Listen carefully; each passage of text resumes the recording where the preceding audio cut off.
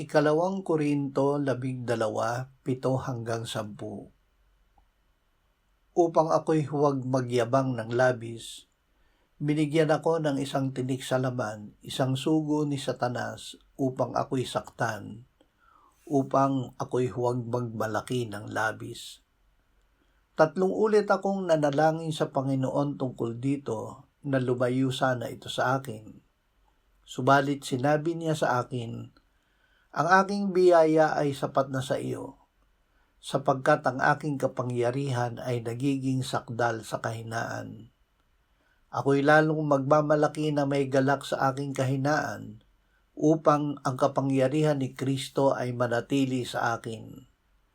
Kaya alang-alang kay Kristo, ako'y nasisihan sa mga kahinaan, paglait, kahirapan, pag-uusig at mga sakuna, sapagkat kapag ako'y mahina, ako nga'y malakas. Kapangyarihan sa kahinaan. Ang kapangyarihan ni Kristo ay nagiging sakdal sa ating kahinaan. Kung kailan tayo mahina, tayo ay malakas dahil kay Kristo. Ang kahinaan ay hindi dahilan para tayo ay magkasala. Ito ay upang aminin natin na sa ating sarili ay wala tayong lakas.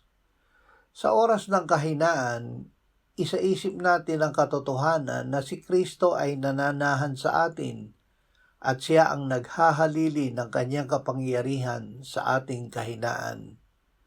Ito ay ikagagalak natin dahil ang nararanasan natin ay ang kapangyarihan ng Diyos.